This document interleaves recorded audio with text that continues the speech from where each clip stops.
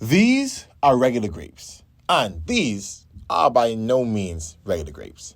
And while these grapes are purple, round, and pretty much all taste the same, these grapes come in different colors, with different textures, and different flavors. Now, you may be wondering, how in the world did someone take these grapes and turn them into these grapes? Don't worry, we got you covered. In this episode of the Sunshine Room, we are featuring a young Bahamian woman that took ordinary grapes like these and turned them into an extraordinary burst of flavor. You don't want to miss it, so stay tuned.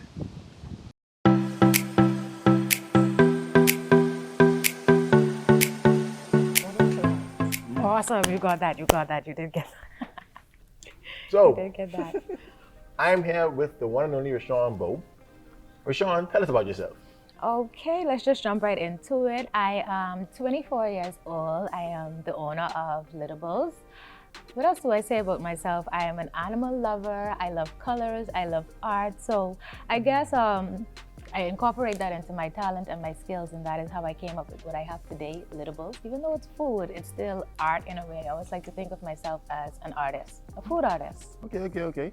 If you could own any island of the Bahamas, which one would it be and why? If I could own any island of the Bahamas, I would say Eleuthera. Okay. I would say Eleuthera. The reason I chose Eleuthera is because I have family background there. It's a beautiful island, very peaceful. I was there recently too, and I found out that they are big fans of candied grapes. So that is another reason why I could become like a pineapple candy princess. Sounds good to me. Someone give her a crown now. Okay, so you mentioned earlier you're a pet lover. That's a dog or a cat? Dog and cats. Ooh. See, I don't know how I feel about cats. I Dog mentioned in and the cats. last episode, I feel like cats wicked. They're the best. They're better than dogs. I would say they're more low maintenance. That's true. They take care of themselves, bathe themselves. Everything. At a point, I had 4 cats and just 2 dogs. You know what? With that, we're gonna take it to the next segment. All right, Rishaun. So the question that we brought you here for today: What is Littables and how did it come about? What is Littables? I always describe Littables as a party for the mouth. I sell alcoholic slushies and I sell candied grapes, well, candied fruits, I would say at this point. As it relates to the fruits, I sell pineapples, mango slices, and grapes, which is my main seller. And how did I get into this? I started my business about 4 years ago. That was in 2020 at the start of the pandemic. And at that point, just like anybody else, everyone was being laid off and everybody was trying to find creative and innovative ways to still continue to make money because life still went on. And as for me, at the time, I had just recently been laid off as a server. During my time as serving, I always wanted to be a bartender. I was like hoping my jobs would trust me enough to put me on the bar, but that never ever happened.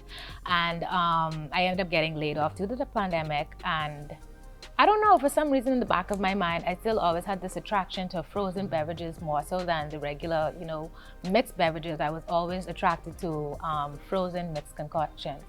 And after being laid off, I was just thinking, what is it that I'm gonna do?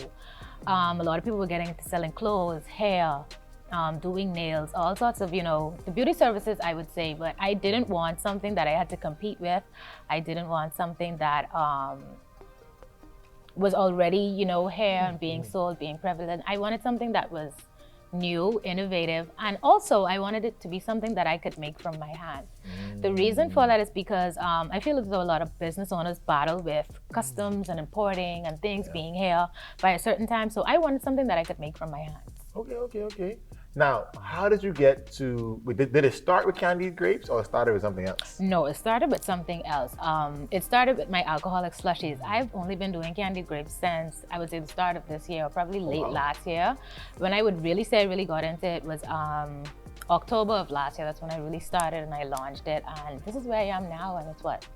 April. It's April, yeah. All the way in April. April. Okay, so tell us about the success story. I mean, obviously your business is doing good. I see you gaining a following on TikTok. How's that been for you to think about 4 years ago, just starting your business, to now people are running you down trying to get some candy Basically, grapes? I always say it's astonishing, it's amazing. When I first started, I could remember being that person sending out my flyers and asking people, hey, can you please repost this for me, repost this, and it was so embarrassing. I'm sure a lot of people can relate to that. I always hear business owners say, I hate having to post my work, I hate sharing my work, but now posting and sharing my work is like my biggest accomplishment, my biggest pride.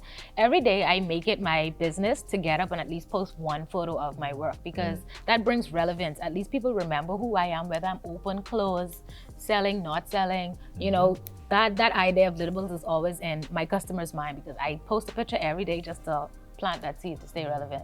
And that's wonderful. That's wonderful. So you were 20 or 19 20 when at you the started. time. 20. Do you have any encouraging words for any other young lady or young man out there that maybe wanting to start their own business but maybe a little nervous? What would you have to say to them? I would tell them that they should do it sooner than later. I remember too, when I was much younger, anything that I put my mind to, I would always say, but I want to do this with a friend. And you know, a lot of times I feel as though we get comfort when somebody's doing something alongside of us. And I find in life that if you continue to wait for a friend, a lot of people say, you know, I want to go away, but I want my friend to come with me. If you keep waiting until that friend comes with you, you're probably never going to do it. So one thing that I encourage people to do is when you want to do something, jump on it instantly, and whatever it is that you decide to do, please, please, please be consistent at it. Be consistent, that's a big one. Okay, well, let me tell you, word on the street is these are some pretty good candied grapes. And Rishaun was generous enough to bring some here on property for us to try. So we're gonna go around and get some honest reviews of what ZNS staff think about the candied grapes. You ready? Sure. You sure you can take whatever they say? I think I could. Okay, we'll see right now. I think I could. While it was fun learning more about Rishaun and her business, it was now time to taste the fruits of her labor and see what ZNS staff had to say about her candied grapes. Delicious. Oh my God. Oh my God. Breathtaking. I love it. Next pepper crunch? Yeah. All right, so let's find out.